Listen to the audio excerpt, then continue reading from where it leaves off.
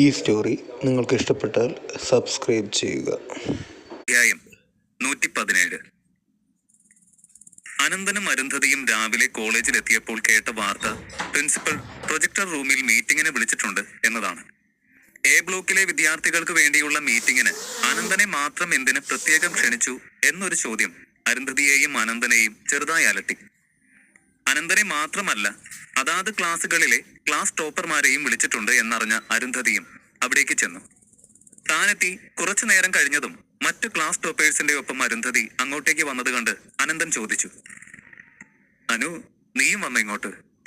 ഇതെന്തിന്റെ മീറ്റിംഗാ? അറിയോ നിനക്ക്? അനന്തന്റെ ചോദ്യം കേട്ട് അരുന്ധതി അവന്റെ അടുത്തേക്ക് ചേർന്ന് മെല്ലെ പതിഞ്ഞ ശബ്ദത്തിൽ പറഞ്ഞു, എനിക്കറിയില്ലേട്ടാ, പക്ഷെ പല്ലവി ഭാർഗവനുമായി ബന്ധപ്പെട്ട എന്തോ കാര്യത്തിന് വേണ്ടിയാണ് ഈ മീറ്റിംഗ്. അത്രേ എനിക്ക് അറിയാൻ പറ്റുള്ളൂ. അരുന്ധതി പറഞ്ഞു. പല്ലവിയോ? അവളെന്തിനാ ഇവിടെ വരുന്നേ? വല്ല ഡൊണേഷനും കൊടുക്കാനാവും? അനന്തൻ സ്വയം ചിന്തിച്ചു. അനന്തൻ വീണ്ടും അതിനെപ്പറ്റി തന്നെ ഇങ്ങനെ ചിന്തിച്ചുകൊണ്ടിരുന്നു. ഇത്രയും വലിയ സ്ഥാനങ്ങളിലുള്ളവർ ഇങ്ങനെ ഒരു മുന്നറിയിപ്പുമില്ലാതെ സ്കൂളിലേക്ക് വരിക അവനെന്തോ ഒരു ചേർച്ച കുറവ് പോലെ തോന്നി. എന്തെങ്കിലും ആവശ്യമുണ്ടെങ്കിൽ തന്നെ പേഴ്സണൽ സ്റ്റാഫിനെ അയക്കുകയല്ലേ പതിവ്. അത് മാത്രമല്ല, താൻ ഇവിടെയാണ് പഠിക്കുന്നത് എന്നറിയാവുന്ന പല്ലവി എന്തുകൊണ്ട് തന്നോടിത് നേരത്തെ പറഞ്ഞിരുന്നില്ല? അങ്ങനെ സംഭവിക്കാൻ തീരെ സാധ്യതയില്ലല്ലോ, അനന്തൻ ഓർത്തു.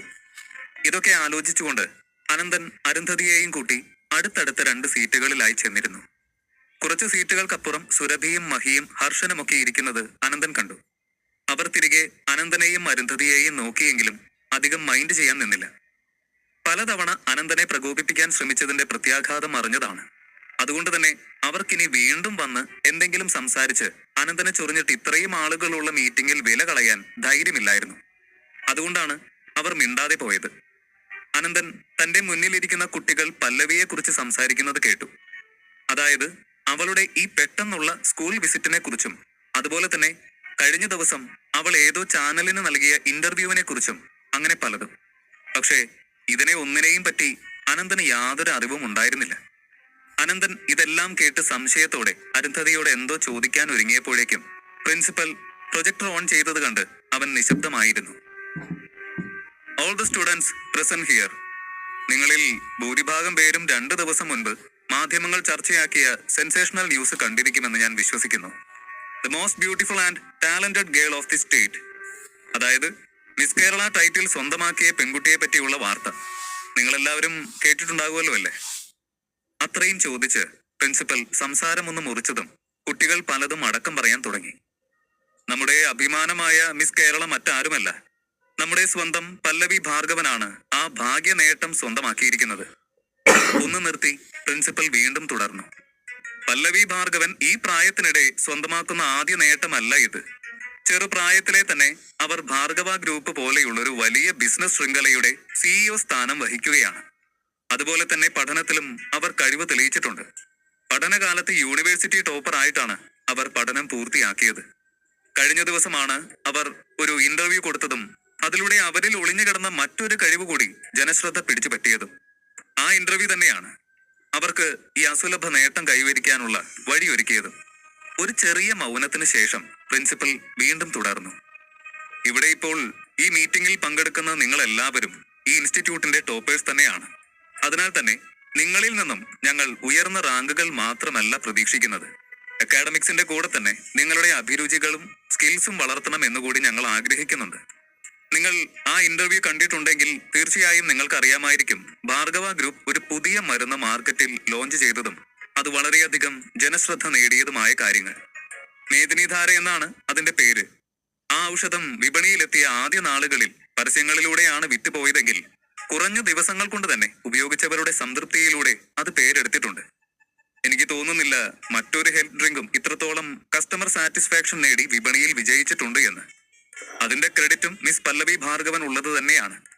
ഒരു കാലത്ത് പല്ലവി നമ്മുടെ ഈ സ്കൂളിന്റെയും കോളേജിന്റെയും അഭിമാനം കൂടിയായിരുന്നു. ഇവിടുത്തെ പൂർവ്വ വിദ്യാർത്ഥിനിയായ മിസ് പല്ലവി ഭാർഗവൻ നിങ്ങളുടെയൊക്കെ സീനിയർ കൂടിയാണ്. നിങ്ങളെല്ലാവരും മിസ് പല്ലവി ഭാർഗവനെ ഒരു റോൾ മോഡൽ ആക്കണമെന്നുകൂടി ഞാൻ ഈ അവസരത്തിൽ നിർദ്ദേശിക്കുന്നു. അവരുടെ കാലിഗ്രാഫിയിലുള്ള നൈപുണ്യം ഞാൻ നിങ്ങൾക്ക് പരിചയപ്പെടുത്താം. പ്രിൻസിപ്പൽ അത് പറഞ്ഞു തീർന്നതും ഒരു വീഡിയോ പ്രൊജക്ടറിൽ തെളിഞ്ഞു.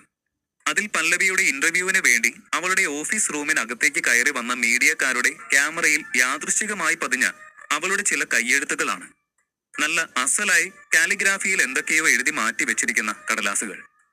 അവൾ ആ പേപ്പറിൽ എഴുതിയിരിക്കുന്ന വാചകങ്ങളിൽ അവരുടെ കണ്ണുകൾ ഉടക്കി. കാർത്തിക നാളിൽ ഒരു ചിപ്പിയിൽ ഒരു തുള്ളി വെള്ളം വീഴുമ്പോൾ അത് ഒരു മുത്തായി ഉയർന്നു വരുന്നു. എന്നാൽ അതേ തുള്ളി ഒരു പാമ്പിന്റെ വായിലേക്ക് പതിച്ചാൽ അത് വിഷമായി മാറുന്നു. അപ്പോൾ തെറ്റ് ആരുടെ ഭാഗത്താണ്? ജലകണത്തിലാണോ അതോ സർപ്പത്തിലാണോ? ആരുടെ മേലാണ് പഴിചാരുക? ഈ വാചകങ്ങൾ പല കടലാസുകളിലായി എഴുതിയ ശേഷം വാരി വലിച്ചിട്ടിരിക്കുകയാണവൾ. ഈ വാചകങ്ങൾ വീഡിയോയിലൂടെ കണ്ടു വായിച്ച വിദ്യാർത്ഥികൾക്കെല്ലാം ആകെ ഒരു കൗതുകം തോന്നി. പല്ലവിയുടെ കയ്യക്ഷരത്തിന്റെ വശ്യത ആ വാക്കുകൾക്ക് കൂടുതൽ ആകർഷണം നൽകി. എന്ത് നല്ല ഹാൻഡ് റൈറ്റിംഗ് ആണല്ലേ, കണ്ടിട്ട് കണ്ണെടുക്കാൻ തോന്നുന്നില്ല. ഈ ഹാൻഡ് റൈറ്റിംഗ് ഒക്കെ എനിക്ക് കിട്ടിയിരുന്നെങ്കിൽ, കുട്ടികൾ പരസ്പരം പറഞ്ഞു. പ്രിൻസിപ്പൽ വീണ്ടും തുടർന്നു. കുട്ടികളെ, നമ്മുടെ നാട്ടിൽ മാത്രമല്ല വിദേശത്തും കാലിഗ്രാഫിക്ക് നല്ല സ്കോപ്പാണ്. അതുപോലെ തന്നെ പല യൂണിവേഴ്സിറ്റികളും നല്ല രീതിയിൽ സ്കോളർഷിപ്പ് പ്രൊവൈഡ് ചെയ്യാനും സാധ്യതയുണ്ട്. നിങ്ങൾ ഇതുപോലെ കാലിഗ്രാഫിയിൽ ഒരു വാക്കെങ്കിലും എഴുതാൻ ശ്രമിച്ചാൽ, ഒരു പക്ഷേ ഭാഗ്യം കൂടി തുണയ്ക്കുകയാണെങ്കിൽ നിങ്ങളുടെ ഭാവി സുരക്ഷിതമാക്കാൻ അത് സഹായിക്കും എന്നുകൂടി ഈ അവസരത്തിൽ ഞാൻ ഓർമ്മിപ്പിക്കുന്നു. ഇത് കേട്ട കുട്ടികളുടെ എല്ലാം മുഖത്ത് വെട്ടം തെളിഞ്ഞു. അവർക്ക് ഈ അവസരത്തെ പറ്റി കൂടുതൽ അറിയണമെന്ന് തോന്നി. അപ്പോഴേക്കും പ്രിൻസിപ്പൽ ഒരു സ്യൂട്ട് കേസ് എടുത്ത് അതിൽ നിന്നും കുറച്ച് ഫയലുകൾ പുറത്തെടുത്തു. അതിൽ നിന്നും എടുത്ത പല്ലവിയുടെ കാലിഗ്രാഫിയുടെ പേപ്പർ ഓരോ കുട്ടികൾക്കുമായി വിതരണം ചെയ്തു. വിതരണം ചെയ്ത പേപ്പർ ആദ്യം ലഭിച്ചത് സുരഭിയും ഹർഷനും മഹിയും ഇരിക്കുന്ന ഭാഗത്തായിരുന്നു. അവരതിലേക്ക് സൂക്ഷ്മതയോടെ നോക്കി. ശരിക്കും ഇത് പല്ലവി ഭാർഗവൻ എഴുതിയത് തന്നെയാണോ? എന്തായാലും അടിപൊളിയാണ്, സുരഭി അത്ഭുതത്തോടെ പറഞ്ഞു. അല്ലാതെ പിന്നെ പ്രിൻസിപ്പൽ ഇത്രയും പൊക്കി പറയില്ലല്ലോ. അല്ല സുരഭി, തനിക്ക് പറ്റോ ഇതുപോലെ എഴുതാൻ? മഹി ചോദിച്ചു. എനിക്കൊരു ചാൻസ് കിട്ടിയ ഉറപ്പായിട്ടും പല്ലവിയോട് ഞാൻ ചോദിക്കും, ഇത്ര നന്നായിട്ട് എഴുതാൻ എന്തെങ്കിലും ടിപ്സ് ഉണ്ടോ എന്ന്. എനിക്കറിയണം എങ്ങനെ അവൾ ഈ വേർഡ്സ് ഇത്ര ഭംഗിയിൽ എഴുതിയത് എന്ന്. അരുന്ധതിയും തന്റെ കയ്യിലേക്ക് ആ പേപ്പർ പാസ് ചെയ്ത് വരുന്നത് നോക്കി നിൽക്കുകയാണ്. അധിക നേരം കാത്തിരിക്കേണ്ടി വന്നില്ല. അവളുടെ കയ്യിലും അത് വന്നു ചേർന്നു. ഒരു കണ്ണട വെച്ച പയ്യൻ അവൾക്കത് കൊണ്ടുവന്ന് കൊടുത്തു. അരുന്ധതി, നിനക്ക് കോപ്പി കിട്ടിയില്ലല്ലോ, ഇതാ, അവൻ പറഞ്ഞു. താങ്ക്സ്, അവൾ പറഞ്ഞു. അവളും ആ പേപ്പറിലെ കയ്യക്ഷരം നന്നായി ശ്രദ്ധിച്ചു. അവൾ ആ ഹാൻഡ് റൈറ്റിംഗ് ഭംഗിയിൽ ഉപരിയായി അതിലെ വാചകങ്ങളിലായിരുന്നു മനസ്സുടക്കിയത്. ഈ വാചകങ്ങള് നല്ല രസമുണ്ടല്ലേ, അരുന്ധതി പറഞ്ഞു. അരുന്ധതി, നിന്നോട് ആ കടങ്കഥ വായിക്കാനല്ല പറഞ്ഞത്, ആ ഹാൻഡ് റൈറ്റിംഗ് നോക്കിയിട്ട് പേപ്പർ പാസ് ചെയ്യാനാ, അവളുടെ അടുത്തിരുന്ന കുട്ടി പറഞ്ഞു. ഓ, എനിക്ക് തോന്നുന്നത് അരുന്ധതി ഇതിലും നന്നായി കാലിഗ്രാഫി ചെയ്യുമെന്നാ. അതാവും അവൾ അതിലേക്ക് അത്ര കണ്ട് ശ്രദ്ധിക്കാത്തത്. പ്രിൻസിപ്പൾ പറഞ്ഞ ബെസ്റ്റ് കാലിഗ്രാഫി സ്കോളർഷിപ്പ് അത് അരുന്ധതിക്ക് തന്നെ. ഏത് യൂണിവേഴ്സിറ്റിയിലാണ് താൻ ജോയിൻ ചെയ്യാൻ പ്ലാൻ ഇട്ടിരിക്കുന്നത്? ബുദ്ധിമുട്ടില്ലെങ്കിൽ ഞങ്ങൾക്കും കൂടി പഠിപ്പിച്ചു തരുമോ? ഞങ്ങളും രക്ഷപ്പെടട്ടോ. അതെ, അരുന്ധതിയെ വെറുതെ ഇങ്ങനെ ഓരോന്ന് പറഞ്ഞ് കളിയാക്കി ബുദ്ധിമുട്ടിക്കല്ലേ. അവള് സമാധാനമായിട്ട് നോക്കട്ടെ പേപ്പർ. നിനക്കൊക്കെ കാലിഗ്രാഫിയെ പറ്റി എന്തെങ്കിലും ചോദിക്കണമെങ്കിൽ നേരെ പോയി പല്ലവി ഭാർഗവനോട് തന്നെ ചോദിക്ക്. അല്ല പിന്നെ. പയ്യന്മാർ ഓരോരുത്തരായി അരുന്ധതിയെ ഇംപ്രസ് ചെയ്യാൻ തനിക്ക് അറിയാവുന്നത് പോലെയൊക്കെ ശ്രമിക്കുന്നുണ്ട്. പക്ഷെ ആരും ഒരു പരിധി വിട്ട് അവളെ ശല്യം ചെയ്യില്ല. അനന്തനോടുള്ള ഭയം തന്നെയാണ് കാരണം. അനന്തന് അവരുടെ സംസാരമൊക്കെ കേട്ട് തലവേദന വരുന്നുണ്ട്. അരുന്ധതിയുടെ അവസ്ഥയും ഏതാണ്ട് ഇത് തന്നെ. അവളുടെ മുഖത്തെ അസ്വസ്ഥത കണ്ട അനന്തൻ അവളോട് കിന്നാരം പറഞ്ഞ് അടുത്തുകൂടിയ പയ്യന്മാരെയൊക്കെ വെറുതെ ഒന്ന് തറപ്പിച്ചു നോക്കിയതേ ഉള്ളൂ. അവരൊക്കെ വന്ന വഴി തന്നെ സ്ഥലം വിട്ടു. അരുന്ധതി ഇത് കണ്ട് അടക്കി ചിരിച്ചു. പിന്നെ ചിരിയൊക്കെ മാറ്റിവെച്ച് അനന്തനോട് ചോദിച്ചു. ഏട്ടാ, ഏട്ടന് പല്ലവി ചേച്ചിയെ നന്നായിട്ട് അറിയാലോ. ഈ കാലിഗ്രാഫി ഒക്കെ കണ്ടിട്ട് എന്താ തോന്നി? ഏട്ടൻ അറിയാമായിരുന്നോ ഇത്രയും കഴിവ് പല്ലവി ചേച്ചിക്ക് ഉണ്ടെന്ന്? അവൾ ചോദിച്ചു. അനന്തൻ അവളുടെ ചോദ്യത്തിന് മറുപടി പറയാതെ അവളുടെ കയ്യിലിരിക്കുന്ന പേപ്പർ വാങ്ങി ആകെ ഒന്ന് ഒഴിഞ്ഞു. അനന്തന് ആ സമയം പല്ലവിയോട് വല്ലാത്ത മതിപ്പ് തോന്നി. അവളുടെ കലാവാസന മാത്രമല്ല, വർഷങ്ങളായിട്ടുള്ള പരിശീലനം കൊണ്ടുകൂടിയാണ് ഇത്രയും ഭംഗിയുള്ള കയ്യെഴുത്ത് അവൾക്ക് സാധിച്ചത്. അനന്തന്റെ കണ്ണുകൾ ആ വാക്കുകളിൽ കൂടി ഉടക്കി. അവൻ പറഞ്ഞുകൊടുത്ത വാചകങ്ങൾ. പക്ഷേ അതിലൂടെ അവൾ ഇത്രയും ഫേമസ് ആവുമെന്ന് അവൻ സ്വപ്നത്തിൽ പോലും കരുതിയില്ല.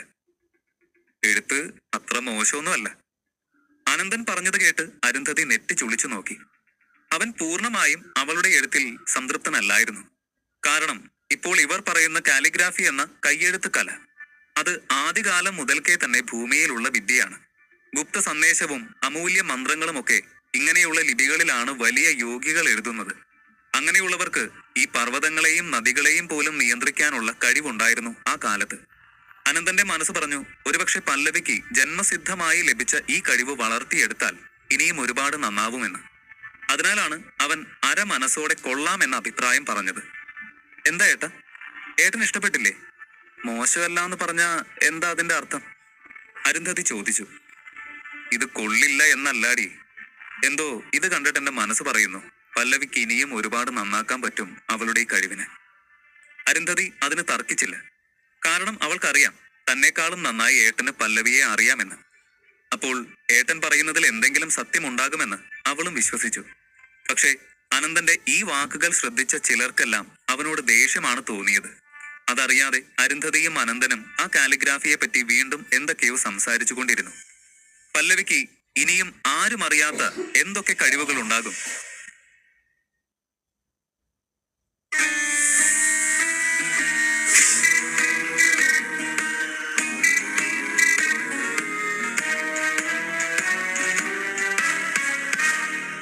അധ്യായം 118. അനന്തൻ പല്ലവിയുടെ കാലിഗ്രാഫി കണ്ട് അവളുടെ കഴിവ് ഇനിയും ഒരുപാട് വർദ്ധിക്കാനുണ്ട് എന്ന് അരുന്ധതിയോട് പറഞ്ഞു. അവന്റെ അടുത്തിരുന്ന പയ്യന്മാർക്കൊക്കെ ഇത് കേട്ട് അല്പം നീരസം അവനോട് തോന്നി. കാരണം അവരാരും ഇതുവരെ പല്ലവിയെ നേരിട്ട് കണ്ടിട്ട് പോലുമില്ല. ആദ്യമായി കാണാൻ കാത്തിരിക്കുകയാണവർ. പക്ഷെ അനന്തനാണെങ്കിലോ പല്ലവിയോട് ദീർഘനാളത്തെ അടുപ്പമുള്ളതുപോലെയാണ് അവളെപ്പറ്റി സംസാരിക്കുന്നത്. അരുന്ധതിയുടെ സംസാരത്തിൽ നിന്ന് അവർക്ക് ഏറെക്കുറെ അക്കാര്യം വ്യക്തമാവുകയും ചെയ്തിട്ടുണ്ട്. അതിനാലാണ് അവർക്ക് അനന്തനോട് അസൂയ തോന്നിയത്. എന്നാലും അവരാരും അനന്തനെ കയറി ചൊറിയാൻ ധൈര്യപ്പെട്ടിരുന്നില്ല. പക്ഷെ സുരഭി, അവൾക്ക് അവനെ മുഷിപ്പിച്ച് സംസാരിക്കുന്നത് എന്നും ഒരു ഹരമായിരുന്നല്ലോ.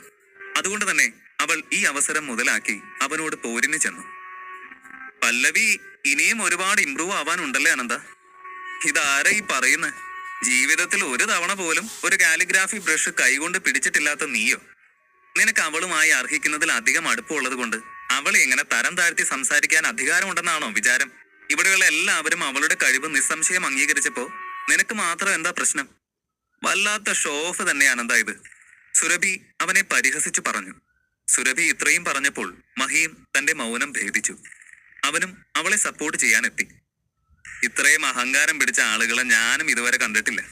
പല്ലവി ഇത്രയും നന്നായി എഴുതിയ കാലിഗ്രഫി അത് ഇവനെ കൊണ്ടൊന്ന് എഴുതിപ്പിച്ച് നോക്കണം. അതിന്റെ കഷ്ടപ്പാട് മനസ്സിലായാൽ പിന്നെ അഭിപ്രായം പറയാനായിട്ട് ഇവന്റെ ഒന്നും നാവ് പൊങ്ങില്ലെന്നേ, മഹി പറഞ്ഞു. അനന്തൻ ഇതെല്ലാം കേട്ടു നിന്നെങ്കിലും തെരുവിൽ തന്നെ നോക്കി അനാവശ്യമായി കുരയ്ക്കുന്ന നായകളുടെ വില മാത്രമേ രണ്ടാളുടെയും വാക്കുകൾക്ക് നൽകിയുള്ളൂ. അനന്തന്റെ മൗനം പക്ഷേ സുരഭിയും മഹിയും അവർക്ക് അനുകൂലമായ ഒന്നായിട്ടാണ് കണ്ടത്. സുരഭി വീണ്ടും അവനോട് പറഞ്ഞു, ഒരു ചൊല്ലുണ്ടല്ലോ, എന്താ അത്? ആ, കിട്ടി. അല്പൻ ഐശ്വര്യം വന്ന അർദ്ധരാത്രിക്ക് കുട പിടിക്കും. മഹി, നീ വേണേ ഇപ്പൊ നേരിട്ട് കണ്ടോ. ഇത് തന്നെയാണ് ആ ചൊല്ല്. ഒറ്റ രാത്രി കൊണ്ട് കോടീശ്വരന്മാരായ പലരും നമ്മുടെ മുന്നിൽ കിടന്ന് ഇപ്പൊ നെഗളിക്കുന്നത് നീ കാണുന്നില്ലേ? അവൾ അനന്തനെ കുത്തി പറഞ്ഞു. സുരഭിയുടെ സംസാരം കേട്ട അരുന്ധതിക്ക് സഹിക്കാനായില്ല. അവളുടെ മുൻപിൽ വെച്ച് അവളുടെ ഏട്ടനെ ഇൻസൾട്ട് ചെയ്യുന്നത് സഹിക്കാൻ കഴിയാതെ അവൾ സുരഭിയുടെ നേർക്ക് വിരൽ ചൂണ്ടി പറഞ്ഞു, സുരഭി ചേച്ചി നിർത്തിക്കേ, കുറെ ആയാലും സഹിക്കുന്നു. പറഞ്ഞു എന്തും പറയാന്നാ? ചേച്ചിയുടെ കാശ് കൊണ്ടൊന്നല്ലല്ലോ എന്റെ ഏട്ടൻ നെഗളിക്കുന്നേ. അത് മാത്രമല്ല, പല്ലവി ചേച്ചിയുടെ കഴിവിൽ എന്റെ ഏട്ടൻ അഭിപ്രായം പറഞ്ഞിട്ടുണ്ടെങ്കിൽ തീർച്ചയായും ഏട്ടൻ അതിനുള്ള യോഗ്യതയുണ്ടാവും, അരുന്ധതി പറഞ്ഞു. ആഹാ, അത് കൊള്ളാലോ. ഏട്ടനെ പറഞ്ഞപ്പോ പുന്നാര പെങ്ങൾക്ക് കൊണ്ടല്ലേ. നിന്റെ ഏട്ടൻ എന്ത് യോഗ്യതയുണ്ടെന്നാടി ഈ പറയുന്നേ? പ്രിൻസിപ്പൽ ഇവിടെ കാലിഗ്രഫി ചെയ്യാൻ കഴിവും താല്പര്യമുള്ള കുട്ടികളെ കണ്ടെത്താൻ കൂടിയാണ് ഈ മീറ്റിംഗ് വിളിച്ചിരിക്കുന്നതെന്ന് തോന്നുന്നു. എന്താ നിന്റെ ഏട്ടനെ കൊണ്ട് പറ്റുമോ പല്ലവിയേക്കാൾ നന്നായി ചെയ്യാൻ? അത് പോട്ടെ, പല്ലവിയേക്കാൾ നന്നാവണ്ട, ഇവിടെ ഇരിക്കുന്ന ഏതെങ്കിലും ഒരു കുട്ടിയേക്കാൾ ഇത്തിരിയെങ്കിലും നന്നായി കാലിഗ്രഫി ചെയ്യാൻ നിന്റെ ഏട്ടന് പറ്റുമോ?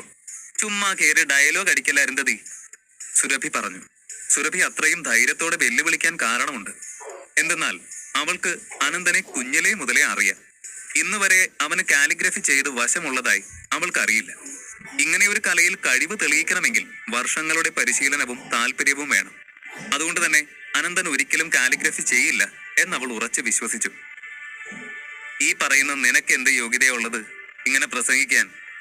അരുന്ധതിയോട് അവൾ തട്ടിക്കയറുന്നത് ഇഷ്ടപ്പെടാതെ അനന്തൻ അവളോട് ചോദിച്ചു. എന്തായാലും നിന്നേക്കാൾ നന്നായി കാലിഗ്രാഫി ഞാൻ ചെയ്യും. എന്താ അത്രയും യോഗ്യത പോരെ? സുരഭി ചോദിച്ചു. ആകാശവും ഭൂമിയും തമ്മിലുള്ള വ്യത്യാസം മനസ്സിലാക്കാതെ പറക്കാൻ ഇറങ്ങുന്ന കുഞ്ഞു പക്ഷിയുടെ ആത്മവിശ്വാസം. അനന്തൻ പരിഹാസ സ്വരത്തിൽ സുരഭിയെ നോക്കി പറഞ്ഞു. സുരഭിക്കെന്ന് മാത്രമല്ല, അരുന്ധതിക്കും മഹിക്കുമൊന്നും അതിന്റെ അർത്ഥം മനസ്സിലായില്ല. അനന്തൻ തന്നെ പരിഹസിച്ചതാണ് എന്ന് മാത്രം മനസ്സിലാക്കിയ സുരഭി ദേഷ്യത്തോടെ അവന്റെ നേർക്ക് വന്നു. ആകാശവും ഭൂമിയും തമ്മിലുള്ള വ്യത്യാസമൊക്കെ ഞാൻ നിനക്ക് മനസ്സിലാക്കി തരാം. എന്നോട് നീ മത്സരിക്കാദ്യം. പ്രിൻസിപ്പൽ മഷിയും ക്യാൻവാസും ഒക്കെ ഇവിടെ റെഡിയാക്കി വെച്ചിട്ടുണ്ടല്ലോ, നമുക്കൊരു കൈ നോക്കാം. സുരഭി അവനെ വെല്ലുവിളിച്ചു. സുരഭി ഇതൊരു അവസരമായി എടുത്തു. അവൾക്ക് കഴിഞ്ഞ എക്സാമിൽ അനന്തനേക്കാൾ റാങ്ക് കുറഞ്ഞുവെന്നും അവൻ F ബ്ലോക്കിൽ നിന്നും തന്റെ ക്ലാസ്സിലെ സകലരെയും പിന്നിലാക്കി ടോപ്പ് പൊസിഷനിലേക്ക് വന്നുവെന്നും കേട്ട നാൾ മുതൽ അവളുടെ മനസ്സ് കിടന്ന് പുളയുകയാണ്. ഇങ്ങനെ ഒരു അവസരത്തിന് വേണ്ടി അവൾ കുറച്ചു നാളായി നോക്കി നിൽക്കുന്നു. എന്തെങ്കിലും ഒരു കാര്യത്തിൽ അവനെ പബ്ലിക്കായി പരാജയപ്പെടുത്താൻ. നിന്റെ ഒരു ആഗ്രഹമല്ലേ? ഞാൻ സാധിച്ചു തന്നില്ല എന്ന് വേണ്ട. നമുക്ക് മത്സരിക്കാം. പ്രിൻസിപ്പൽ, ടീച്ചേഴ്സ് എല്ലാവരും ഇവിടെ തന്നെയുണ്ട്. ഇവരുടെ എല്ലാവരുടെയും മുന്നിൽ വെച്ച് ഞാനൊരു വാക്ക് എഴുതും. നീയും. നമുക്ക് നോക്കാം ആരാ ജയിക്കുന്നതെന്ന്. അനന്തൻ പറഞ്ഞു. സുരഭി അതിന് സമ്മതിച്ചു. അപ്പോഴേക്കും മഹി ചാടിക്കയറി ഒരു കാര്യം കൂടി സംസാരിച്ചു. സുരഭി, ഇതിലേക്ക് എടുത്തു ചാടുന്നതിന് മുൻപ് നീ നന്നായിട്ട് ആലോചിക്കണം. ഇവൻ എന്തെങ്കിലും കള്ളക്കളി കളിക്കാൻ നല്ല സാധ്യതയുണ്ട്. എന്ന് മാത്രമല്ല, ടീച്ചർമാരൊക്കെ ഇവന്റെ സൈഡാണെന്നാണ് എനിക്ക് തോന്നുന്നത്. അല്ല, ഒന്ന് ഓർത്തു നോക്കി. അവരെ ഒന്നും സ്വാധീനിക്കാതെ എങ്ങനെയാണ് ഇവന് കഴിഞ്ഞ എക്സാമിന് റാങ്ക് അടിച്ചെടുക്കാൻ പറ്റിയത്? ഞാനൊരു കാര്യം പറയാം. രണ്ടുപേരും എല്ലാവരുടെയും മുന്നിൽ വെച്ച് ഒരേ ക്യാൻവാസിൽ 2 വാക്കുകൾ എഴുതുന്നതിനേക്കാൾ നല്ലത് രണ്ടാളും വെവ്വേറെ പേപ്പറിൽ അവരവരുടെ വാക്കുകൾ രഹസ്യമായി എഴുതി ടീച്ചർമാരെ കാണിക്കണം. ആരെഴുതിയതാണ് നല്ലതെന്ന് അവരുടെ അഭിപ്രായം അറിഞ്ഞ ശേഷം മാത്രമേ അത് ആരുടെ പേപ്പർ ആണ് എന്ന് പുറത്ത് പറയാവൂ. അതാവുമ്പോൾ ടീച്ചേഴ്സിനെ സ്വാധീനിച്ചാലും ആർക്കും റിസൾട്ട് മാറ്റാൻ കഴിയില്ല. മഹി പറഞ്ഞു. മഹിയുടെ വാക്കുകൾ കേട്ട സുരഭിക്ക് അവൻ പറയുന്നത് ശരിയാണ് എന്ന് തോന്നി. കാരണം അവൾക്കും സംശയമുണ്ട്. അനന്തൻ ഇനി ടീച്ചേഴ്സിനെ കയ്യിലെടുത്ത് തന്നെ തോൽപ്പിക്കുകയാണെങ്കിലോ? ഒന്നാമത്, അനന്തൻ കോളേജിൽ ഒരു ദിവസം പോലും നേരെ ക്ലാസ് അറ്റൻഡ് ചെയ്യാറില്ല. എന്നിട്ടും അവൻ ടോപ്പറായി എങ്കിൽ തീർച്ചയായും അതിലൊരു കള്ളക്കളി ഉണ്ടാകും. അതുകൊണ്ട് തന്റെ കാര്യത്തിൽ മഹി പറഞ്ഞത് നല്ലൊരു ബുദ്ധിയാണെന്ന് അവൾ ഉറപ്പിച്ചു. അനന്തരം ആയിക്കോട്ടെ, നിങ്ങളുടെ ഇഷ്ടം എന്ന ഭാവത്തിൽ ചുമൽ അനക്കി മത്സരത്തിന് തയ്യാറായി. അതിനു മുൻപ് അനന്തൻ സുരഭിയോട് ഇത്ര കൂടി പറഞ്ഞു. മത്സരിക്കുന്നതൊക്കെ കൊള്ളാം, പക്ഷെ ഒരു കാര്യം, നീ ജയിച്ച നിന്റെ ഒരു ആഗ്രഹം ഞാൻ ചെയ്തു തരും. പകരം തോറ്റാലോ? തോൽക്കുന്ന ആളിന് അതിനുള്ള പണിയും കിട്ടും. ഇതെല്ലാം ആദ്യമേ മനസ്സിൽ കുറിച്ചിട്ടുകൊണ്ടായിരിക്കണം എന്നോട് മത്സരിക്കാൻ ഇറങ്ങിത്തിരിക്കുന്നത്. പിന്നെ ഒന്നുകൂടിയുണ്ട്, ഇതിൽ തോൽക്കുന്ന ആൾ ഇനി ഒരിക്കലും കാലിഗ്രാഫി ചെയ്യാൻ പാടില്ല. എല്ലാം നിനക്ക് ഓക്കെ അല്ലേ? അനന്തൻ ചോദിച്ചു. ഇതെല്ലാം കേട്ട് സുരഭി അഹങ്കാരത്തോടെ തലയാട്ടി. അരുന്ധതി അനന്തനെ നോക്കി നിൽക്കുകയാണ്. അവളുടെ ഏട്ടന് ഇങ്ങനെയൊരു കഴിവുള്ളതായി അവൾ ഇതുവരെ അറിഞ്ഞിട്ടില്ല. എന്നാലും അവൾക്ക് നേരിയ ഒരു പ്രതീക്ഷ തോന്നി.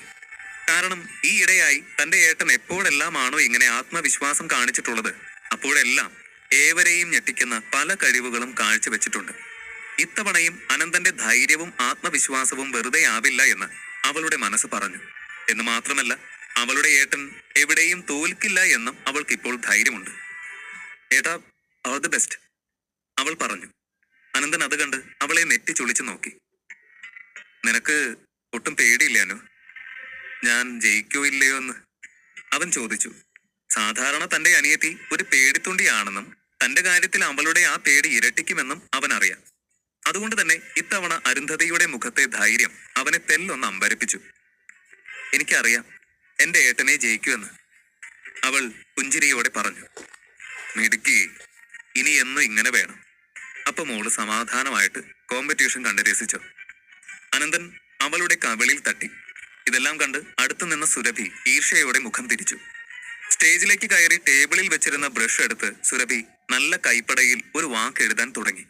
അവൾ കയറുന്നതിന് മുൻപ് തന്നെ പ്രിൻസിപ്പലിനോടും ടീച്ചേഴ്സിനോടും ഇവരുടെ മത്സരത്തിന്റെ കാര്യം പറഞ്ഞ് അനുവാദം വാങ്ങിയിരുന്നു. സുരഭി എഴുതി കഴിഞ്ഞ് ആ പേപ്പറിലേക്ക് അങ്ങനെ നോക്കി. വിക്ടറി. അവൾ ഇംഗ്ലീഷിൽ നല്ല ഭംഗിയായി എഴുതിയ ആ വാക്ക് ഒരാവർത്തി കൂടി വായിച്ചു. മഹി അവൾക്കടുത്തേക്ക് വന്ന് എഴുതിയ പേപ്പർ നോക്കി.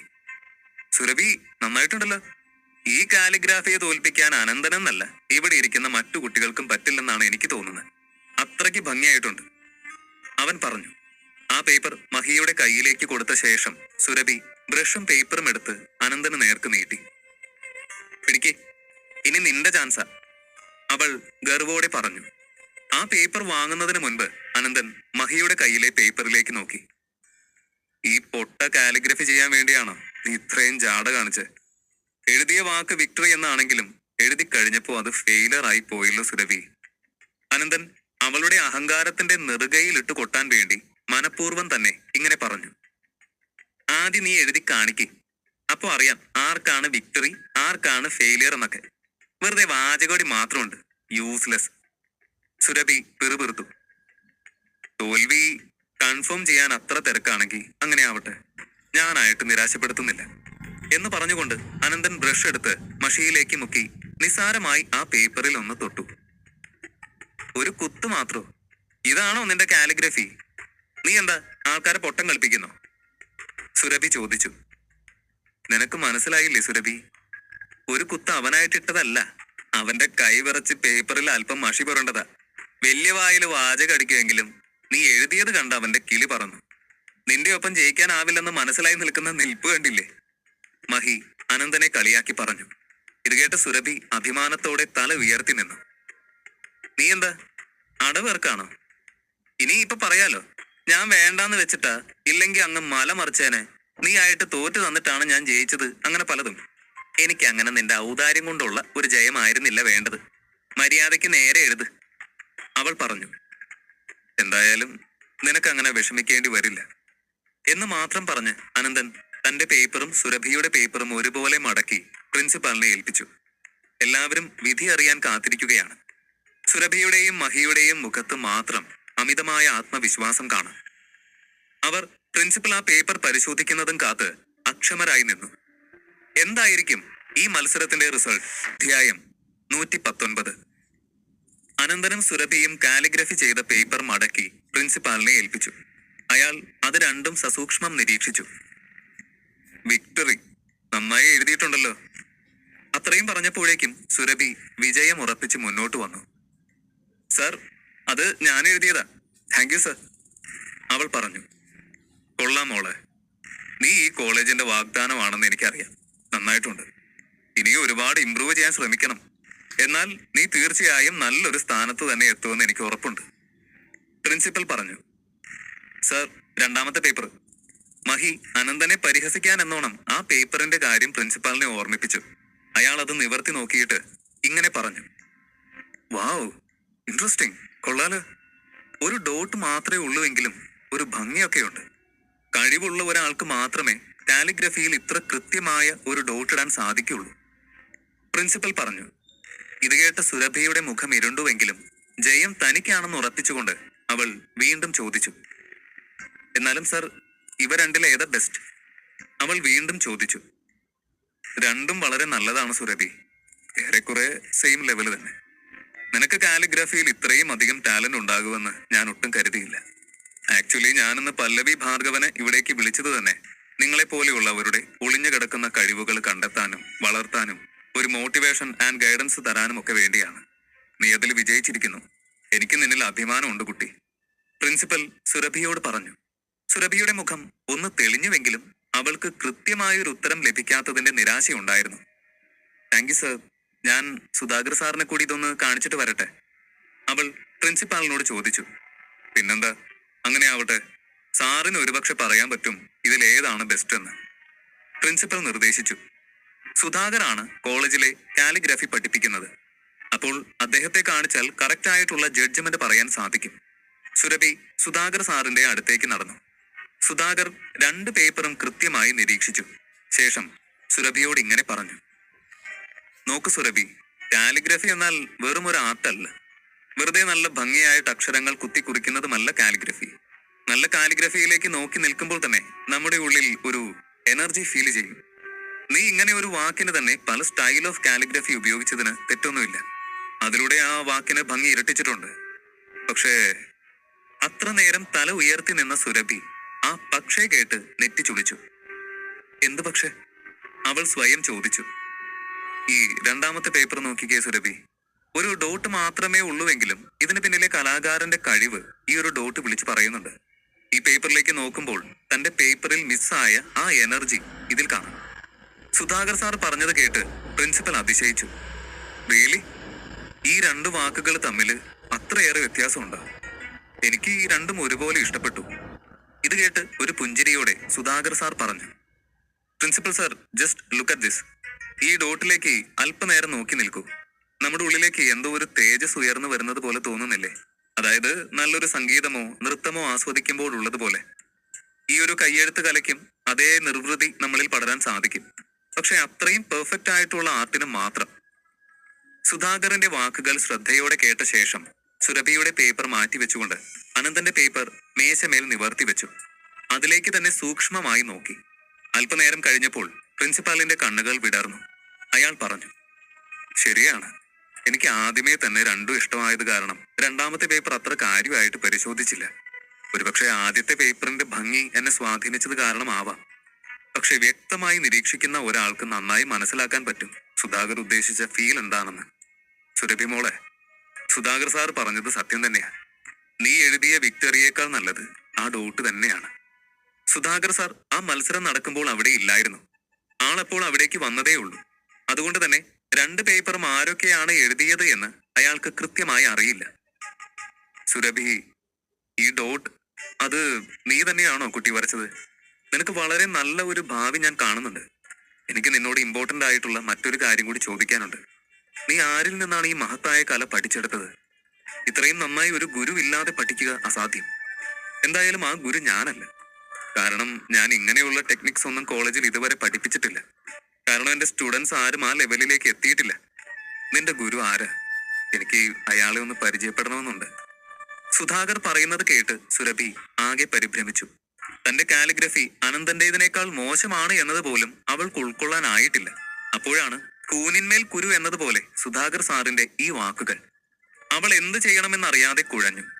സുരഭി മാത്രമല്ല, മഹിയും ഹർഷനും ഒക്കെ മുഖം വിളറി വെളുത്തു നിൽക്കുകയാണ്. സുധാകർ സാറിന്റെ വാക്കുകൾ പോലും അവർക്ക് ഉൾക്കൊള്ളാനായില്ല. സാർ എന്താ ഈ പറയുന്നേ? ഇതെന്ത് ന്യായമാ? ഞങ്ങളുടെയൊക്കെ കണ്ണില് രണ്ട് കാലിഗ്രഫിയും ഒരുപോലെ തന്നെ. കാണാനുള്ള ഭംഗി നോക്കുകയാണെങ്കിൽ വിക്ടറി എന്ന് എഴുതിയ പേപ്പറാണ് കൂടുതൽ ഭംഗി. പിന്നെ എങ്ങനെയാണ് സാർ ഈ ചെറിയ ഡോട്ടാണ് ബെസ്റ്റ് എന്ന് തീരുമാനിക്കുന്നത്? ഹർഷന്റെ ചോദ്യം കേട്ട് സുധാകർ സാർ ചിരിച്ചുപോയി.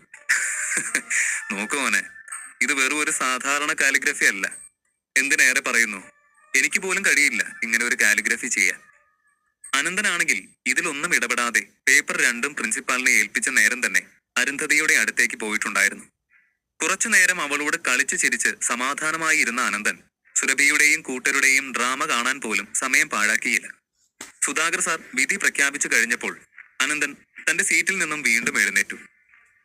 സർ, ആ ഡോട്ട് ഞാൻ വരച്ചതാ. സുരഭി, ഇപ്പൊ നീ എന്ത് പറയുന്നു?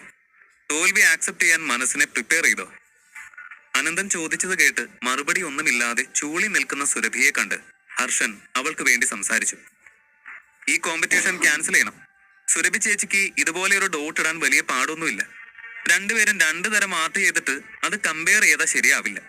പറ്റുമെങ്കിൽ ചേച്ചി എഴുതിയതുപോലെ താൻ വിക്ടറി എന്ന് എഴുതി കാണിക്ക്, ഹർഷൻ പറഞ്ഞു. ഹർഷൻ ഇതിൽ ഇടപെട്ടത് അനന്തന് തീരെ ഇഷ്ടപ്പെട്ടില്ല. അവൻ ഇങ്ങനെ പറഞ്ഞു, നീ ഒരിക്കൽ ഇതുപോലെ എനിക്ക് നേരെ വിരൽ ചൂണ്ടി വന്നപ്പോ ഉണ്ടായതൊന്നും മറന്നിട്ടില്ലല്ലോ അല്ലേ? അന്ന് കരഞ്ഞ് കാല് പിടിക്കുന്നുണ്ടായിരുന്നല്ലോ വെറുതെ വിടാൻ. അന്ന് പോയ ധൈര്യമൊക്കെ ഇപ്പൊ എവിടെന്നാ വീണ്ടും വന്ന്? അനന്തൻ അവനെ കളിയാക്കി ചോദിച്ചു. ഇത് കേട്ട് ഹർഷന്റെ മുഖം കുനിഞ്ഞു. സത്യത്തിൽ അന്നത്തെ ഇടിയുടെ ചൂട് ഇപ്പോഴും അവന്റെ മനസ്സിലുണ്ട്. അതിനുശേഷം അനന്തനോട് ഒന്ന് സംസാരിക്കാൻ പോലും അവന് ധൈര്യമുണ്ടായിട്ടില്ല. പക്ഷെ സുരഭിയോടുള്ള കൂറ് കാരണം അവന്റെ നാവ് അവന്റെ ചൊൽപ്പടിക്ക് നിൽക്കുന്നുണ്ടായിരുന്നില്ല എന്നതാണ് സത്യം. അങ്ങനെ വെറുതെ വിരട്ടാനൊന്നും നോക്കണ്ട. ഒരു മത്സരം നടക്കുമ്പോൾ അതിൽ എന്തെങ്കിലും മിസ്റ്റേക്ക് ഉണ്ടെങ്കിൽ അത് കണ്ടുകൊണ്ടിരിക്കുന്ന ഏതൊരാൾക്കും ന്യായമായ അഭിപ്രായം പറയാനുള്ള അവകാശമുണ്ട്. അത്രേ ഞാനും ചെയ്തിട്ടുള്ളൂ. ഹർഷൻ പറയുന്നത് കേട്ട അനന്തൻ ചുണ്ടുകൂട്ടി ഒന്ന് ചിരിച്ചു. നീതി ന്യായമൊക്കെ നോക്കി മാത്രം അഭിപ്രായം പറയുന്നവരാണല്ലോ നിങ്ങളൊക്കെ. അതെനിക്ക് നന്നായിട്ട് അറിയാവുന്നത് കാരണമാണ് നാവടക്കി വെക്കാൻ പറഞ്ഞത്, അനന്തൻ പറഞ്ഞു. കാര്യങ്ങൾ വഷളാവുന്നു എന്ന് കണ്ട പ്രിൻസിപ്പൽ ഇടപെട്ടു. എന്താ ഇത്? പ്രൊജക്ടർ റൂമിനുള്ളിൽ ഇത്രയും സീരിയസ് ആയ മീറ്റിംഗ് നടക്കുമ്പോഴാണോ നിങ്ങൾ പരസ്പരം നാവ് കൊണ്ട് മത്സരിക്കുന്നത്? കഷ്ടം തന്നെ. അയാൾ ഗൗരവത്തോടെ ഇരു കൂട്ടരെയും ഒരു വഴക്കിനിട വരുത്താതെ ഒതുക്കി വിട്ടു. അനന്തനും ഹർഷനും മഹിയും ഉൾപ്പെടെ പ്രിൻസിപ്പാളിന്റെ നിർദ്ദേശം മാനിച്ച് എല്ലാവരും സ്റ്റേജിൽ നിന്ന് താഴേക്ക് ഇറങ്ങിയിട്ടും സുരഭി മാത്രം സ്റ്റേജിൽ തന്നെ നിന്നു. അവൾ ദേഷ്യവും അപമാനവും കൊണ്ട് നീറുകയാണ്. അവൾ തന്റെ തോൽവി ഉൾക്കൊള്ളാൻ ശ്രമിക്കുന്തോറും ഉള്ളിൽ ഒരു കനൽ ചുട്ടു പൊള്ളുന്നത് പോലെ തോന്നി. ഞാൻ ഒരു തോൽവിയാണ്. കാലിഗ്രഫിയുടെ ABCD അറിയാത്ത വെറുതെ കിടന്ന് വീരവാദം പറയുന്ന ഒരു ലോക തോൽവി. ആ സത്യം മനസ്സിലാക്കിയ ഞാൻ ഇനി മുതൽ ബ്രഷ് കൈകൊണ്ട് തൊടില്ല. ഇനി ഒരിക്കലും ഞാൻ എൻ്റെ ജീവിതത്തിൽ കാലിഗ്രഫി ചെയ്യേയില്ല. അവൾ തല കുനിച്ച് കണ്ണടച്ച് ആ സ്റ്റേജിൽ നിന്നുകൊണ്ട് ഒറ്റ ശ്വാസത്തിൽ എല്ലാവരോടുമായി വിളിച്ചു പറഞ്ഞു. സുരഭയുടെ വാക്കുകൾ കേട്ട പ്രിൻസിപ്പലും ടീച്ചർമാരും എന്ന് വേണ്ട അവിടെയുള്ള വിദ്യാർത്ഥികൾ വരെ ഞെട്ടിപ്പോയി. കാരണം അനന്തന്റെ മുന്നിൽ പരാജയപ്പെട്ടുവെങ്കിലും അവളും നല്ല അസലായി തന്നെ കാലിഗ്രഫി ചെയ്യുന്നതാണ്. ഇപ്പോൾ തന്നെ പ്രിൻസിപ്പലും സുധാകരൻ സാറുമൊക്കെ അവളെ അഭിനന്ദിച്ച് നിമിഷങ്ങളായിട്ടേ ഉള്ളൂ. അങ്ങനെയിരിക്കെ അവൾ ആ കഴിവ് എന്നേക്കുമായി ഉപേക്ഷിക്കുന്നു എന്ന് കേട്ട ആരാണ് ഞെട്ടാതെ ഇരിക്കുക?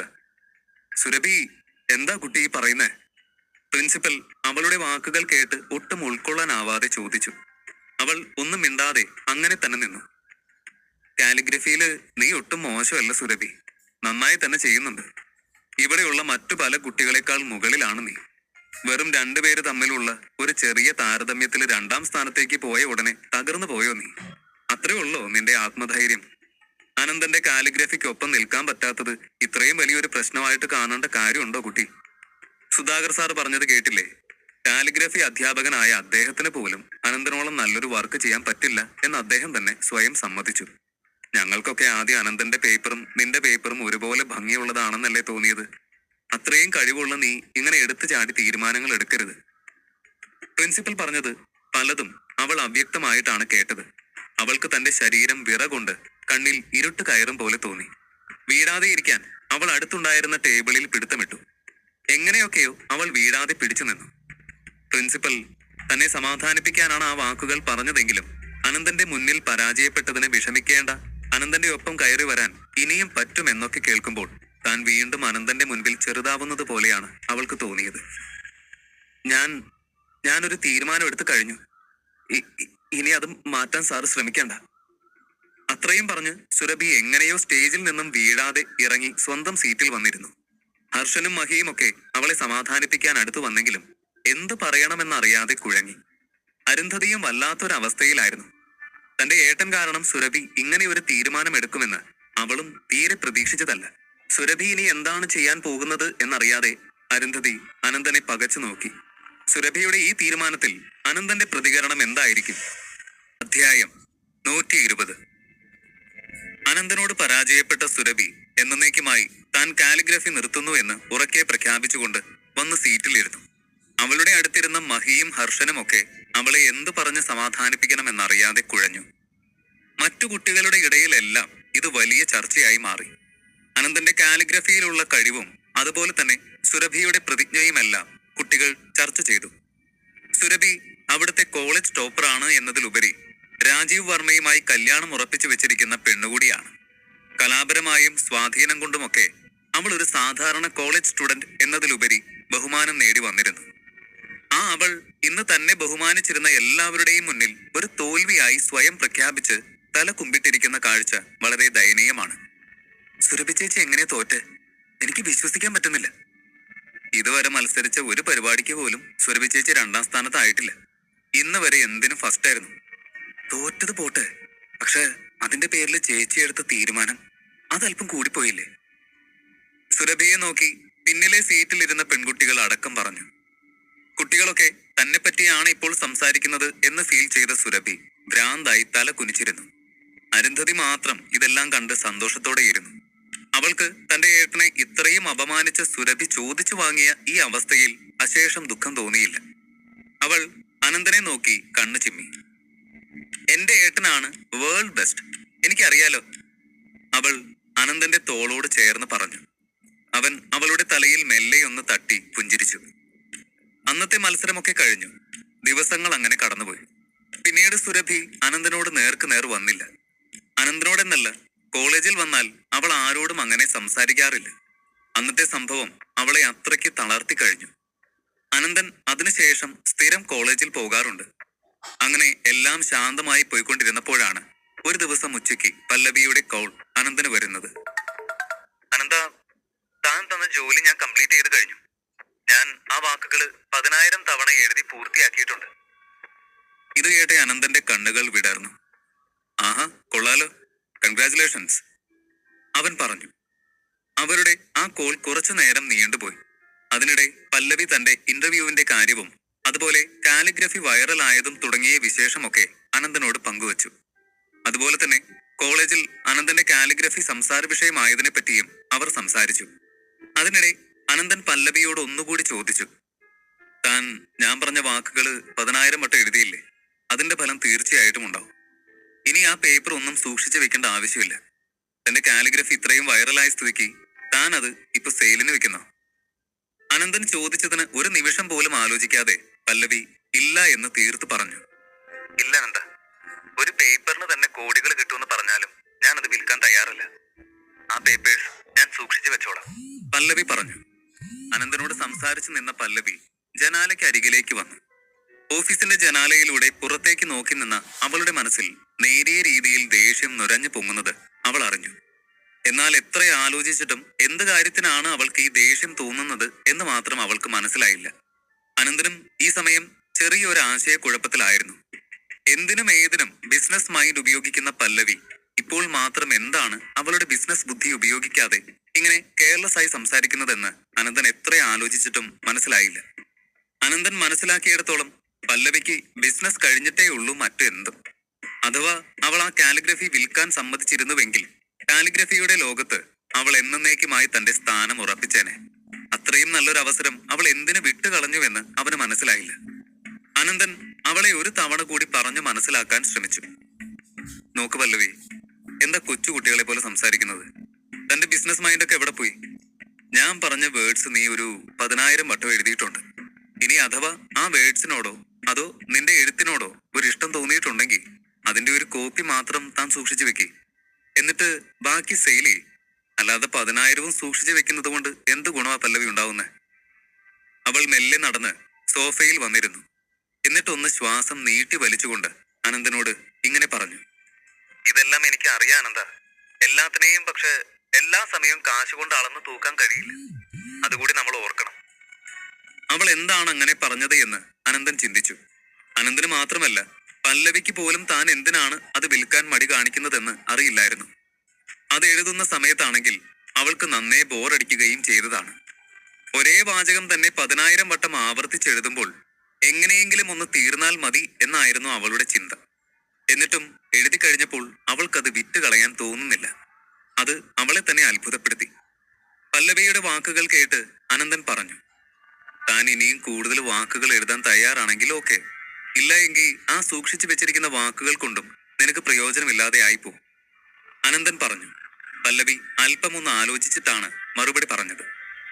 ശരി, ഞാൻ ഇനിയും എഴുതാൻ തയ്യാറാ. കാലിഗ്രഫിയുടെ ലോകത്ത് എനിക്ക് ഇനിയും ഒരുപാട് ഉയരണം.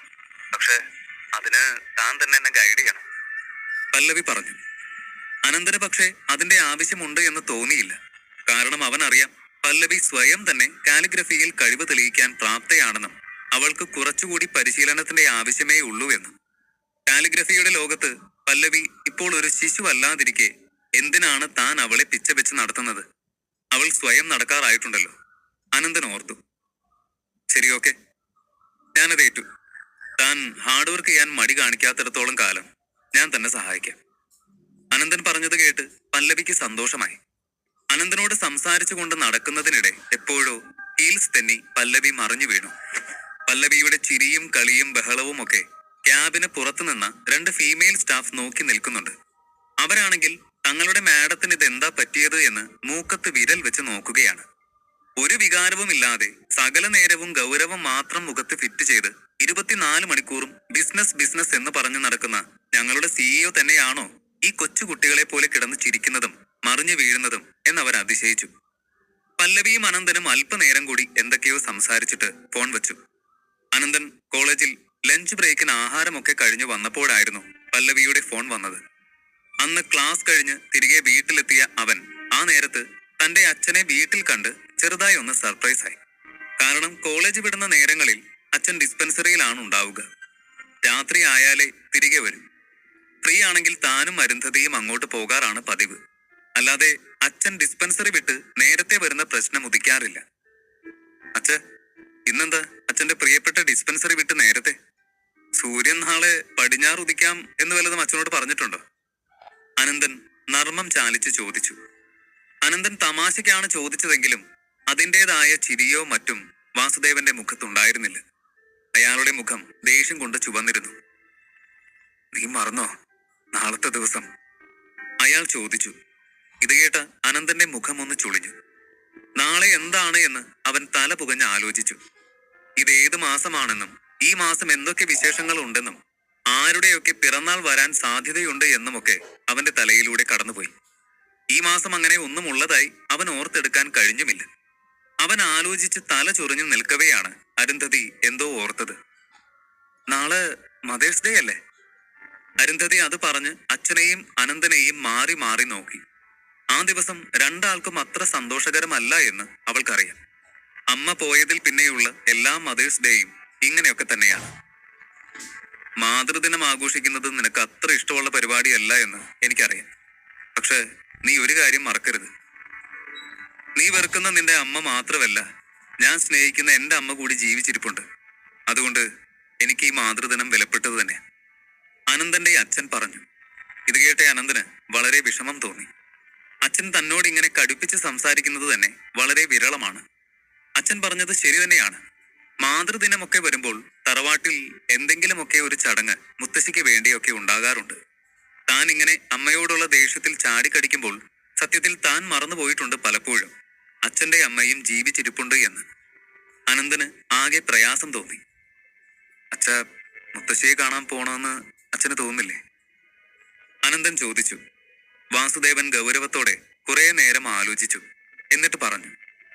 അമ്മയെ കാണണമെന്ന് എനിക്ക് ആഗ്രഹമുണ്ട് എന്ന് കരുതി അങ്ങോട്ട് പോവാനൊന്നും എനിക്ക് താല്പര്യമില്ല. അമ്മയോട് സ്നേഹമുണ്ടെന്ന് കരുതി ഞാൻ എന്തിനാ അവിടെ ഉള്ളവരുടെയൊക്കെ ദുർമുഖം കാണണം? അതിന്റെ ആവശ്യമില്ല. ഞാൻ പറയുന്നത് മുത്തശ്ശിയെ നമുക്ക് കുറച്ചു ദിവസം ഇവിടെ കൊണ്ടുവന്ന് നിർത്താന്ന്. എന്തു പറയുന്നു നീ? വാസുദേവൻ ചോദിച്ചു. അനന്തന് തീരെ ആലോചിക്കേണ്ടി വന്നില്ല. അവൻ സമ്മതിച്ചു. അച്ഛന് മുൻപും ഇതുപോലെ മുത്തശ്ശിയെ കൂട്ടിക്കൊണ്ട് 2 ദിവസം കൂടെ നിർത്തണം എന്ന ആഗ്രഹമുണ്ടായിരുന്നു. എന്നാൽ അത്രയും വലിയ തറവാട്ടിൽ നിന്നും ആ വീട്ടിൽ കൊണ്ടുവന്ന് താമസിപ്പിച്ച് അമ്മയെ ബുദ്ധിമുട്ടിപ്പിക്കേണ്ട എന്ന് കരുതിയാണ് അച്ഛൻ ആ ആഗ്രഹം അടക്കിയത്.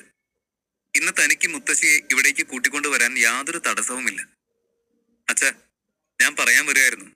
കുറച്ച് ദിവസത്തേക്കല്ല, മുത്തശ്ശിക്ക് ഇഷ്ടമാണെങ്കിൽ ജീവിതകാലം മുഴുവൻ നമ്മുടെ ഒപ്പം നിൽക്കട്ടെ. അനന്തൻ പറഞ്ഞത് കേട്ട് വാസുദേവന് സന്തോഷമായി.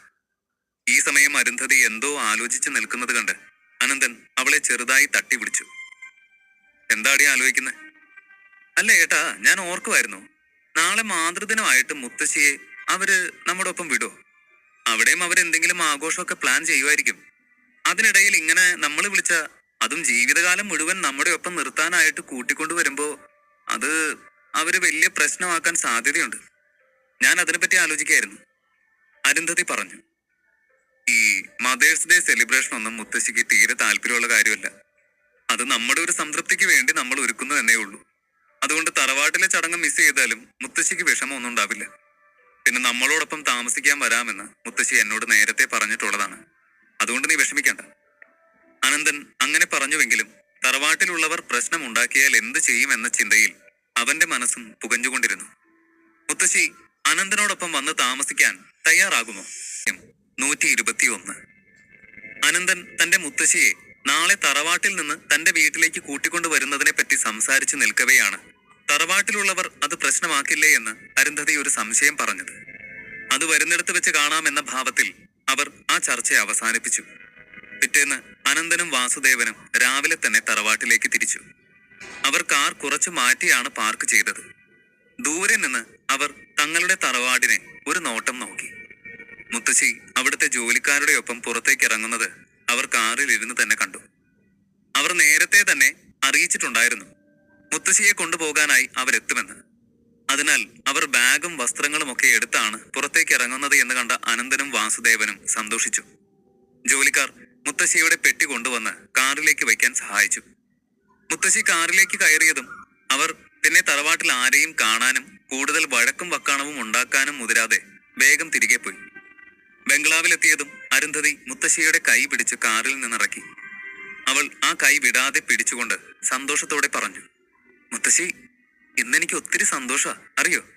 സ്കൂളില്ലാത്ത ദിവസമൊക്കെ ഞാൻ വീട്ടിൽ ബോറടിച്ച് ചാവും. അച്ഛനാണെങ്കിൽ ഫുൾ ടൈം ക്ലിനിക്കിലായിരിക്കും.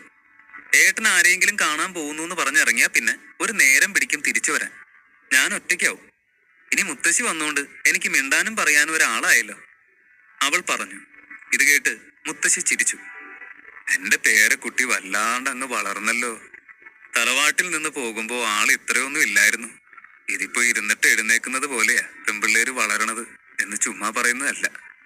പൊക്കമൊക്കെ വെച്ച് ഒരു കൊച്ചു സുന്ദരിയായിട്ടുണ്ട്. മുത്തശ്ശി അവളെ ആകെ ഒന്ന് ഒഴിഞ്ഞുകൊണ്ട് പറഞ്ഞു. ഇന്ന് മുത്തശ്ശിക്ക് വേണ്ടി എന്റെ കൈകൊണ്ട് സ്പെഷ്യൽ ഉണ്ടാക്കി തരാം. ഇന്ന് ഞാനാണ് പാചകം. മുത്തശ്ശി വാ. അനന്തൻ അവരെ അകത്തേക്ക് വിളിച്ചു. അതിന് മുത്തശ്ശിയുടെ അനന്തക്കുട്ടൻ എപ്പോഴാ പാചകമൊക്കെ പഠിച്ചേ?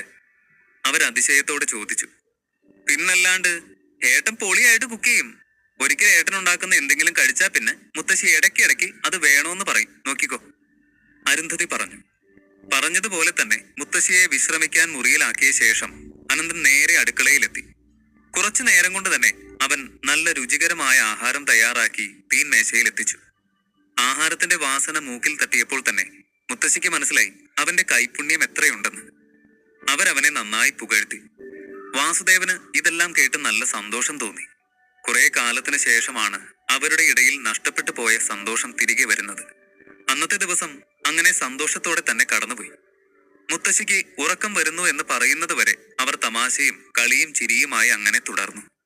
രാത്രി മുത്തശ്ശിക്ക് വേണ്ടി തയ്യാറാക്കിയ മുറിയിലേക്ക് അവരെ കൂട്ടിക്കൊണ്ടുപോയി കിടത്തി ഉറക്കിയ ശേഷമാണ് അരുന്ധതി തിരികെ വന്നത്.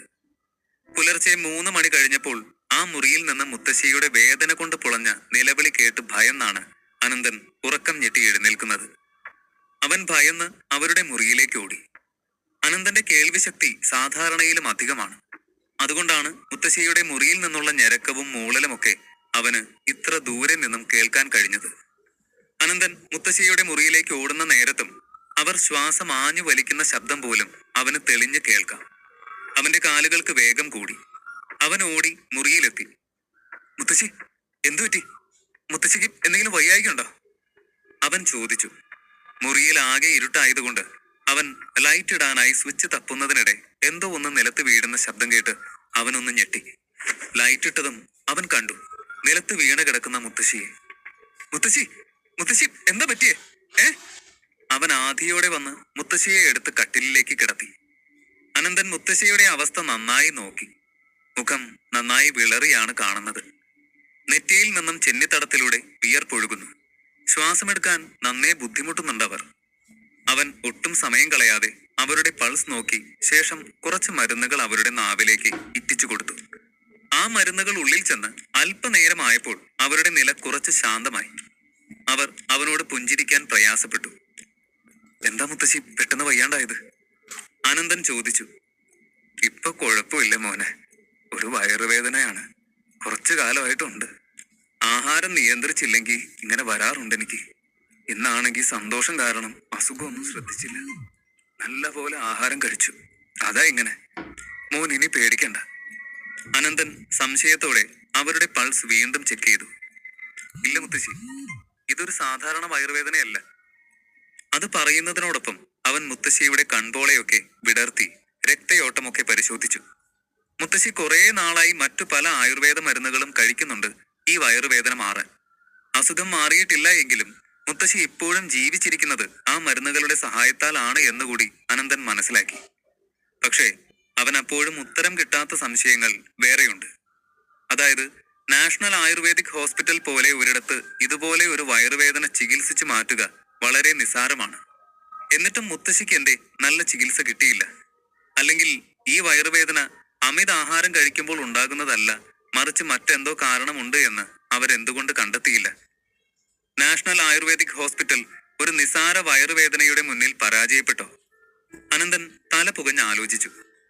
മുത്തശ്ശി, നമ്മുടെ തറവാട്ടിലെ ആയുർവേദ ഗ്രന്ഥങ്ങളൊക്കെ മുത്തശ്ശിയോളം വായിച്ച് മനസ്സിലാക്കിയ ആരും ഉണ്ടാവില്ല. അതുകൊണ്ട് ഞാൻ മുത്തശ്ശിയോട് മറച്ചു വെക്കേണ്ട കാര്യമില്ലല്ലോ. അതായത് ഇതൊരു സാധാരണ വയറുവേദനയല്ല. ഹോസ്പിറ്റലിൽ എന്താണ് ഇതിന്റെ കാരണം കണ്ടെത്താത്തത് എന്നെനിക്കറിയില്ല. അതൊക്കെ പോട്ടെ. ഞാൻ തന്ന ആ മരുന്ന് ബോക്സ് അതിലെ മരുന്നുകൾ മുത്തശ്ശി കുടിച്ചിരുന്നു. അനന്തൻ മേദിനി ധാരയുടെ കാര്യം ചോദിച്ചു. ഇല്ല മോനെ, ഒന്നാമത് ഇത്രയും പ്രായമായ ഞാൻ, പോരാത്തതിന് വയറുവേദന. എപ്പോ എന്ത് കഴിച്ചാലും കുടിച്ചാലും ആണത് വരുന്നതെന്ന് പറയാൻ പറ്റില്ല. അതുകൊണ്ട് പരിചയമില്ലാത്ത മരുന്നുകളൊക്കെ കുടിക്കാൻ ഒരു പേടി തോന്നി. അതുകൊണ്ട് ഞാനത് വേറൊരാൾക്ക് കൊടുത്തു. മുത്തശ്ശി അത്രയും പറഞ്ഞപ്പോഴേക്കും അനന്തൻ ഞെട്ടലോടെ ഇടയ്ക്ക് കയറി. എന്താ മുത്തശ്ശി? മുത്തശ്ശി എനിക്ക് സത്യം ചെയ്തു തന്നതല്ലേ അത് കുടിക്കാന്ന്. ശരി, അതൊക്കെ വിട്. മുത്തശ്ശി ആർക്കാ ആ ബോട്ടിൽസ് കൊടുത്തത്? അനന്തൻ ചോദിച്ചു. അത് ചോദിക്കുന്ന നേരവും അനന്തന്റെ ഉള്ളിൽ ദേഷ്യവും സങ്കടവും നിരാശയും ഒക്കെ നുരഞ്ഞു പൊങ്ങി. അവൻ മുത്തശ്ശിയെ നോക്കിയിരുന്നു. മുത്തശ്ശിക്ക് അവന്റെ ഭാവമൊക്കെ കണ്ടപ്പോൾ ഏതാണ്ട് ബോധ്യമായി അവർ ചെയ്തത് തെറ്റായി പോയി എന്ന്. അവർ അനന്തനെ സമാധാനിപ്പിച്ചു പറഞ്ഞു. മോൻ വിഷമിക്കണ്ട, മുത്തശ്ശിക്ക് ഒന്നും പറ്റില്ല. ഞാൻ അത് കുടിക്കാനെടുത്തപ്പോ നിന്റെ മുത്തശ്ശനാണ് വന്ന് പറഞ്ഞത് ഇതിന് ഒരുപാട് ഗുണങ്ങളുണ്ട്, മുത്തശ്ശന് വേണമെന്ന്. അപ്പോ ഞാൻ അദ്ദേഹത്തിന് കൊടുത്തതാ. അപ്പോ മുത്തശ്ശനാണോ ഇത് ചെയ്ത്? അനന്തൻ കേട്ടത് വിശ്വസിക്കാനാവാതെയിരുന്നു. അവൻ ആകെ മൊത്തം മരവിച്ച അവസ്ഥയിലാണ്. നാഷണൽ ആയുർവേദിക് ഹോസ്പിറ്റലിന് പഠിച്ച പണി 18 നോക്കിയിട്ടും മേദിനി ധാര കിട്ടാത്തത് കാരണം അവരിങ്ങനെയുള്ള ചീപ്പ് ട്രിക്കൊക്കെ ഉപയോഗിക്കുമെന്ന് താൻ നേരത്തെ ഓർക്കണമായിരുന്നു. മുത്തശ്ശിയോടുള്ള സ്നേഹം കാരണമാണ് ഞാൻ ആ ബോട്ടിൽസ് കൊടുത്തത്. അതുപോലും അവർ തട്ടിയെടുത്തിരിക്കുന്നു. അനന്തന് വളരെയധികം ദേഷ്യം തോന്നി. അനന്തൻ ഇതെല്ലാം ഓർത്ത് അസ്വസ്ഥനായി ഇരുന്നപ്പോഴാണ് വാസുദേവൻ അവിടേക്ക് വന്നത്. മുത്തശ്ശി കട്ടിലിൽ നിന്ന് വീഴുന്ന ഒച്ചയും അതിനൊപ്പം അനന്തന്റെ നിലവിളിയും സംസാരവും ഒക്കെ കേട്ടാണ് അയാൾ ഉണർന്നത്. അമ്മയ്ക്ക് എന്താടാ പറ്റിയെ? വയ്യേ? അയാൾ വെപ്രാളത്തോടെ ചോദിച്ചു. മകന്റെ വെപ്രാളം കണ്ട മുത്തശ്ശി വാസുദേവനെ സമാധാനിപ്പിച്ചു. ഒന്നുമില്ലടാ, ഒരു വയറുവേദന വന്നതാ, അതിനാ ഈ പുകയിലെല്ലാം, അവർ നിസ്സാരമായി പറഞ്ഞു. എന്നിട്ടും സമാധാനമാകാതെ വാസുദേവനും വന്ന് അമ്മയുടെ നാഡീമിടിപ്പ് പരിശോധിച്ചു. ഇത് കണ്ട അനന്തൻ അച്ഛനോട് പറഞ്ഞു. അച്ഛ, മുത്തശ്ശി അങ്ങനെ നിസ്സാരമായിട്ടൊക്കെ പറയും, പക്ഷെ ഇത് സാധാ വയറുവേദനയായിട്ട് എനിക്ക് തോന്നുന്നില്ല. ഇത് ഉറപ്പായിട്ടും കുടലിനകത്തുള്ള പ്രോബ്ലം ആവാനാണ് സാധ്യത. ഞാൻ വന്നപ്പോൾ നല്ല കരച്ചിലായിരുന്നു, ശ്വാസം എടുക്കാൻ പോലും ബുദ്ധിമുട്ടുണ്ട്. ഇപ്പോഴും മറ്റൊന്നും പറ്റാതെ ഇരിക്കുന്നത് ആയുസിന്റെ വലിപ്പം ഒന്നുകൊണ്ട് മാത്രമാണ്. ഇനി ഇത് നിസ്സാരമാക്കരുത്, അനന്തൻ പറഞ്ഞു.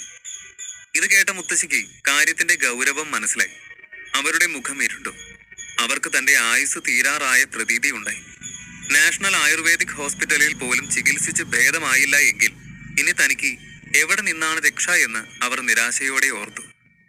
മുത്തശ്ശിയുടെ മനസ്സ് ഇത്തരം ചിന്തകളാൽ സങ്കീർണമായിരിക്കുന്നു എന്ന് മനസ്സിലാക്കിയ അനന്തൻ അവരെ സമാധാനിപ്പിക്കാൻ എന്നോണം ഇങ്ങനെ പറഞ്ഞു. മുത്തശ്ശി, ഇതൊന്നും കേട്ട് പേടിക്കണ്ട. ഞാൻ അന്ന് തന്ന മരുന്നില്ലേ, അത് ഞാൻ നാളെ തന്നെ മുത്തശ്ശിക്ക് വീണ്ടും കൊണ്ടുതരാം. അത് കുടിക്കുമ്പോൾ മാറാത്ത അസുഖമില്ല. അതിന്റെ കൂടെ നമ്മുടെ ഡിസ്പെൻസറിയിലെ ചികിത്സയും. നമ്മുടെ ഡിസ്പെൻസറി ഇപ്പൊ പഴയതുപോലെയൊന്നുമല്ല. ഏത് ഡോക്ടർ കൈയൊഴിഞ്ഞ അസുഖത്തിനായാലും അവിടെ ചികിത്സയുണ്ട്. ഈയിടെ വാർത്തകളിലൊക്കെ ഉണ്ടായിരുന്നല്ലോ. അതുകൊണ്ട് മുത്തശ്ശി അതിനെപ്പറ്റി ഒന്നും അധികം ആലോചിക്കണ്ട, നന്നായി ഉറങ്ങിക്കോ, അനന്തൻ പറഞ്ഞു. മുത്തശ്ശി അത് കേട്ട് മറുപടി ഒന്നും പറയാതെ എന്തോ ആലോചിച്ച് കിടന്നു. അത് കണ്ട് അവരുടെ മനസ്സിൽ എന്തോ പുകയുന്നുണ്ട് എന്ന് മനസ്സിലായ അനന്തൻ ചോദിച്ചു. മുത്തശ്ശി എന്താ ആലോചിക്കുന്നത്? ഉറക്കം വരുന്നില്ലേ? അവർ അവനെ ഒന്ന് നോക്കി. എന്നിട്ട് ഇങ്ങനെ ചോദിച്ചു. മോനെ അനന്ത, നീ മുത്തശ്ശിയോട് സത്യം പറയണം. നിനക്ക് ഉറപ്പുണ്ടോ എന്റെ അസുഖം മാറുമെന്ന്? ഇത് കേട്ട അനന്തൻ പുഞ്ചിരിയോടെ പറഞ്ഞു. പേടിക്കണ്ടെന്നേ, ഞാൻ പറഞ്ഞില്ലേ, മേദിനി ധാര കുടിച്ച വെറും 3 ദിവസത്തിനപ്പുറം മുത്തശ്ശിയുടെ ഒരു അസുഖവും നീളില്ല. എനിക്ക് മുത്തശ്ശിയുടെ ശരീരം കണ്ടിട്ട് തോന്നുന്നത് ഒരു 30 വർഷം മുൻപ് മുത്തശ്ശിയുടെ ശരീരത്തെ ബാധിച്ച ഒരു കരിനിഴലാണ് ഈ അസുഖത്തിന്റെ കാരണം. അതെന്താണെന്ന് കണ്ടെത്തേണ്ടിയിരിക്കുന്നു. പക്ഷെ മുത്തശ്ശി അതൊന്നും ഓർത്ത് ടെൻഷൻ ആവണ്ട. നമുക്ക് ട്രീറ്റ് ചെയ്ത് മാറ്റാവുന്ന പ്രശ്നമേ ഉള്ളൂ ഇപ്പോ, അനന്തൻ പറഞ്ഞു. അനന്തൻ പറഞ്ഞത് കേട്ട് അവരുടെ കണ്ണുകൾ കുറുകി. വെപ്രാളപ്പെട്ടുകൊണ്ട് അവർ ചോദിച്ചു. എന്താ മോനെ നീ പറഞ്ഞത്? 30 വർഷം മുൻപ് എന്റെ ശരീരത്തെ ബാധിച്ച കരിനിഴലെന്നോ? നിനക്ക് എങ്ങനെ അറിയാം അതാണ് ഈ അസുഖത്തിന്റെ കാരണമെന്ന്? അനന്തൻ അത് കേട്ട് മുത്തശ്ശിയുടെ കൈകൾ അവന്റെ കൈക്കുള്ളിൽ വെച്ച് അമർത്തിപ്പിടിച്ചു. എനിക്കതൊക്കെ അറിയാം മുത്തശ്ശി. അറിയാന്ന് മാത്രമല്ല, എന്നെ പോലെ ഒരു കൊച്ചുമകൻ മുത്തശ്ശിയുടെ ഒപ്പം ഉണ്ടെങ്കിൽ സാക്ഷാൽ യമരാജൻ നേരിട്ട് വന്നാൽ പോലും മുത്തശ്ശിയെ അങ്ങ് കൊണ്ടുപോകാൻ പറ്റില്ല. ഇതെല്ലാം കേട്ട വാസുദേവൻ എങ്ങനെയാണ് തന്റെ മകൻ മുത്തശ്ശിയുടെ അസുഖം മാറ്റാൻ പോകുന്നത് എന്നാലോചിച്ച് വിഷണ്ണനായി നിന്നു. മകന്റെ കണ്ണുകളിലെ ധൈര്യവും ദൃഢനിശ്ചയവും മാത്രമായിരുന്നു അയാളിൽ ആകെയുണ്ടായ പ്രതീക്ഷ. എന്തായിരിക്കും 30 വർഷത്തിന് മുൻപ് സംഭവിച്ചത്? അധ്യായം 122. മുത്തശ്ശിയുടെ ആരോഗ്യ കാര്യങ്ങളെപ്പറ്റി അനന്തനിൽ നിന്നും അറിഞ്ഞ വാസുദേവൻ കൂടുതൽ വിഷമിച്ചു.